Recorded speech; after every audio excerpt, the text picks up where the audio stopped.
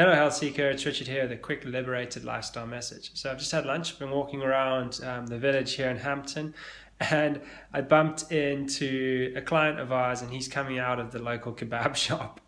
And I find this quite funny because I catch him at several of these slightly less healthy local establishments, as well as bump into people all over the place throughout the village doing things that are probably less than wholesome from a nutritional perspective anyway. And it's so funny, the first interaction is like, or the first thing that happens typically is people look away and they're like, oh shit, he's seen you, I have to go and talk to him now. And then it's like either there's a flurry of excuses, or there's oh, I don't normally do this, or there's a joke like, well, there's no McDonald's in Hampton, so I have to come here.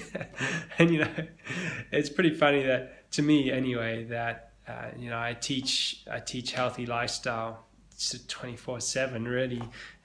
We preach it to everybody who comes in here.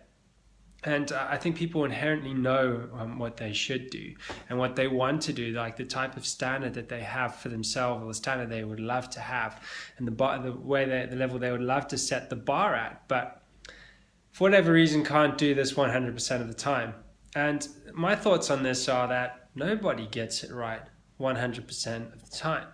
I just had a coffee after the end of my salad at lunch. I felt like a coffee, so I had a coffee. But the important thing is that you understand the path to wellness, that you have a system and you know the method for getting back on track anytime you want, and that you develop the willpower and the ability to at least stay on track 70 to 80% of the time. So it doesn't mean you have to be a complete saint. It doesn't mean you can't have a beer or a glass of wine in the evening. It doesn't mean you have to exercise like a maniac every day. It doesn't mean you have to have a 100% clean diet. It never means you can't get a takeaway pizza ever again. But it does mean that if you want to be healthy, first of all, you have to know the strategy. You have to know the tactic to get there.